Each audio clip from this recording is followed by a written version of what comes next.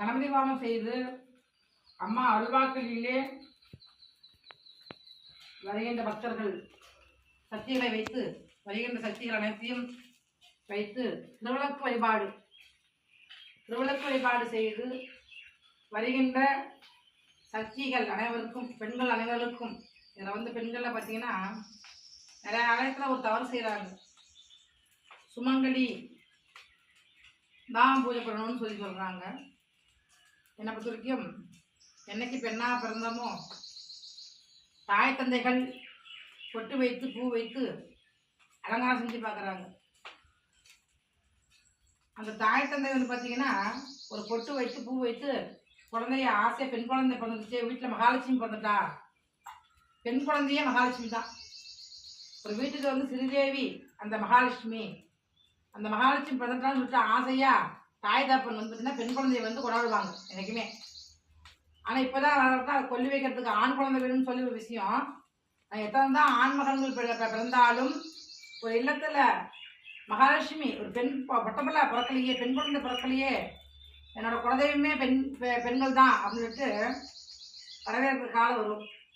அந்த பெண் குழந்தையை சீராட்டி பாராட்டி வளர்த்து பார்வம் பண்ணி ஒருத்தர் ஒப்படைக்கிறாங்க.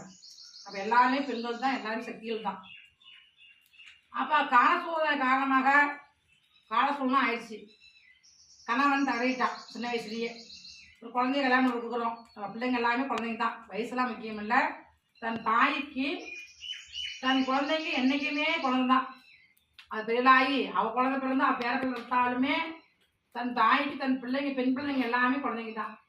அப்போ அடுத்த வீட்டுக்கு போனவனே நான் இருந்து கால நேரம் சூழ்நிலையாக மங்கலியம் கணவன் இறந்துடுறாரு.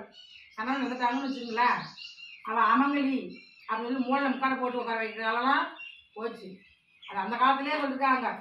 ஆணாகி பெண்ணாகி அந்த ஆணுக்கு இழைத்தவள் இல்லை பெண்ணுன்னு சொல்லி இடபாகம் கொடுத்தார் உமையால். அந்த ஈசனே கொடுத்தாரு. இப்போ தான் கொடுக்குறதுக்கு கஷ்டப்படுறாங்க மக்கள் எல்லாம். இடபாகத்தை கொடுத்தாரு, பெண்ணுக்கே அதை உரிமை கொடுத்துட்டாரு ஈஸ்வரனே. சக்தி வேறல்ல சிவன் வேறன்னு சொல்லி கொடுத்தாரு. அதனால் பெண்கள் எல்லாமே சக்தியோடைய ஆதிக்கம், பெண்கள் எல்லாமே அம்மனுடைய ஆதிக்கம். அதனால் இதை அமங்கலி சுமங்கலி விதவை அப்படின்னு சொல்லி பாரபட்சமே பார்க்கக்கூடாது. ஒரு ஆயத்தில் பாரபட்சம் பார்த்து அவங்களுடைய விதி பயன் அவங்களுடைய கர்ம பயன் சிறுவயதிலே விதவை ஆவது உண்டு. மறுபடியும் இப்போ காலத்தில் பார்த்தீங்கன்னா மறுதிருமணம் பண்ணிக்கிறோம். அப்போ மறுதிருமணம்னா விதவை போயிடுது இல்லை. அப்போ ஒரு மறுதிருமணம் பண்ணுறாங்க, புரட்சிகரமாக நடக்குது. அந்த காலத்துலேருந்து புரட்சிகரமாக பாரதியார்லேருந்து நிறைய பேர் இதுக்காக